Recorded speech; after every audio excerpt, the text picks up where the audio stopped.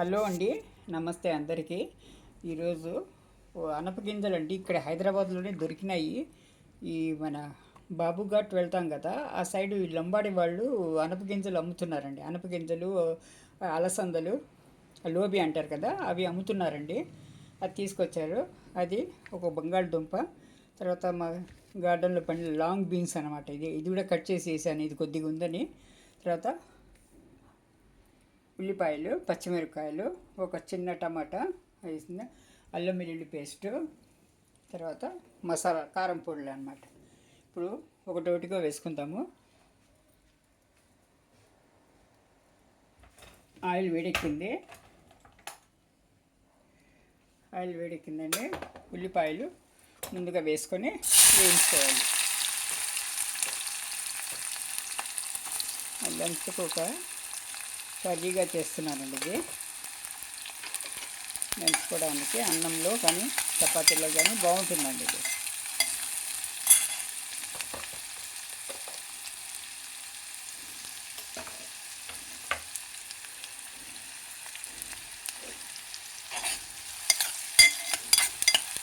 ఇందులో ముందుగా ఉప్పు వేసుకుంటే తొందరగా వేగుతాయండి ఉల్లిపాయలు. మరి ఎర్రగా వేగాల్సిన అవసరం లేదు, కాస్త మెత్తబడితే చాలు అనమాట. పచ్చివాసన పోయి మెత్తబడితే చాలు. ఇప్పుడు పసుపు కొద్దిగా, పసుపు కొద్దిగా వేసుకున్నాము.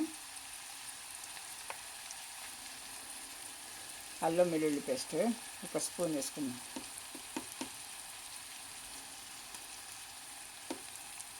వేసుకొని రెండు పచ్చివాసన పోవాలంటే అల్లం వెల్లుల్లి పేస్ట్,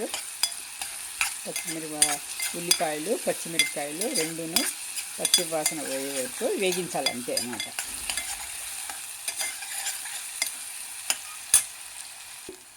వేగినాయి. ఇప్పుడు చిన్న టమాటా వేస్తున్నాను. తర్వాత వచ్చి ఇప్పుడు పసుపు వేసుకున్నామండి. ఇప్పుడు కారము ఒక స్పూను, కొద్దిగా నూనె కాబట్టి ఒక స్పూన్ కానీ ఎక్కువ కారం ఉంటుంది. ఇది 2 స్పూన్లతో, చిన్న స్పూన్ అన్నమాట, చిన్న స్పూన్తో 2 ధనియా పొడి వేసేసుకున్నాము.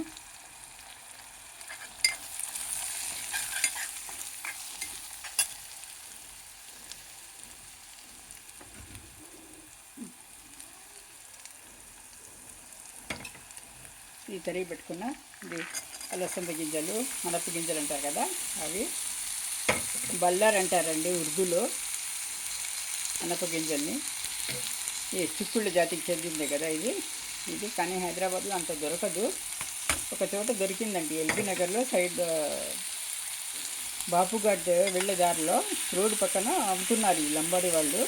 ఎక్కడి నుంచి తీసుకొచ్చారన్నది వాళ్ళు అమ్ముతున్నారండి. ఇది అలా చూసి కొనుక్కున్నాం అన్నమాట. లేకపోతే సామాన్యంగా దొరకదు హైదరాబాద్లో. వేరే చిక్కుళ్ళు అవన్నీ ఉంటాయి కానీ ఈ బల్లార్ అనేది, ఈ అలసందలు అనేది, అనప గింజలు అనేది దొరకవు. ఎక్కువ రాయలసీమలో దొరుకుతాయి. కర్ణాటక, రాయలసీమ, తమిళనాడు ఆ ప్రాంతంలో ఎక్కువ దొరుకుతుంది. ఈ మధ్య తెలంగాణలో కూడా తెప్పిస్తున్నారు అన్నమాట. ఈ చిక్కుళ్ళు అండి బాగా ప్రోటీన్, హై రిచ్ ప్రోటీన్. ఇది చిక్కుళ్ళు అన్ని జాతులు చెందింది కాబట్టి ఇది ఇప్పుడు ఇందులోనే మెంతాకు ఉంది, టెర్రస్ గార్డెన్ నుంచి తీసుకొచ్చాను. ఇది తాజా ఫ్రెష్ మెంతాకు, అది కూడా వేసేస్తున్నాను. అన్నీ వేగనిస్తే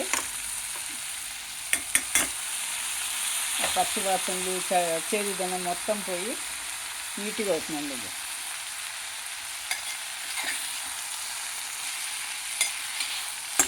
కొద్దిసేపు మూత పెట్టి పెట్టేద్దాము.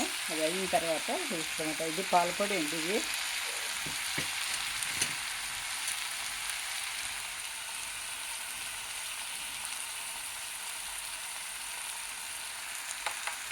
ఇదండి కొబ్బరి పాలపొడి అండి. ఇది తెప్పించాను నేను, ఫ్లిప్కార్ట్ నుంచి తెప్పించాను అనమాట. ఎస్కే పాలపొడి, కొబ్బరి పాలపొడి అని చెప్పి 1 కిలో వచ్చి 992 రూపాయలండి. ఇది కిలో పాలపొడి అనమాట. ఇది అని ఇలా కూరలు వేసుకుంటే చక్కగా కరిగిపోతుందండి. ఇటే వెన్నెలా కరిగిపోతుంది అనమాట. ఇది కాస్ట్ ఎక్కువే కానీ బాగుంటుందండి. ఇది కలిపి 2 నిమిషాలు మూత పెట్టి తర్వాత కుక్కర్ మూత పెట్టేసినామంటే ఒక విజిల్కి సరిపోతుందండి. చూడండి, బాగా వేగి కాయగూరలన్నీ ఇలా అవుతాయండి. ఈ మెంతి కూర కూడా వేసేసాను కదా, ఇవన్నీ వేగి మెంతిలో ఉండే చేదుతనం కూడా పోతుందండి. అన్ని కాయగూరలన్నీ వేగినాయి. ఇప్పుడు 1/2 గ్లాస్ నీళ్ళు వేసేసి కుక్కర్ మూత పెట్టేసినామంటే ఒక విజిల్కి సరిపోతుందండి. ఇది సగం వేగింది, అందుకని ఒక విజిల్ చాలండి. మన రొట్టెల్లో చపాతీలో కానీ చాలా చాలా బాగుంటుందండి. ఇది పూరీలు కూడా తినవచ్చు, కానీ ఇప్పుడు పూరీలు ఎవరు చేసుకోరు కదా, అందుకని రొట్టెలో అన్నంలో నంచుకోవడానికి చాలా చాలా బాగుంటుందండి. ఇదిగోండి, చింత చిగురు ఒక పైనుంచి కోసుకొచ్చాను కదా, ఇది చట్నీ చేస్తున్నానండి. ఎప్పుడు పప్పులో వేసుకుంటాం మేము, ఈరోజు చట్నీ చేస్తే బాగుంటుందని చేస్తున్నానండి. ముందుగా వెల్లుల్లిపాయలు, ఎండుమిరపకాయలు, జీలకర్ర వేసి వేయించుకోవాలండి. ఇది కొద్దిగానే ఉంది కాబట్టి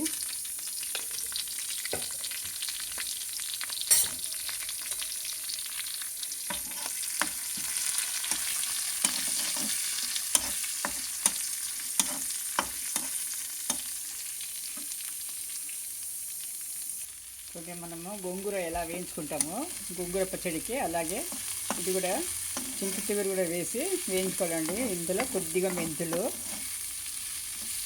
వెల్లుల్లిపాయలు, ఎండుమిరపకాయలు, ఉప్పు వేసానండి, జీలకర్ర, ఇంతేనండి. ఇది నేను ఇప్పుడు చల్లారిన తర్వాత మిక్సీ కొద్దిగా వేగిన తర్వాత చల్లారితే వేసుకోవాలండి.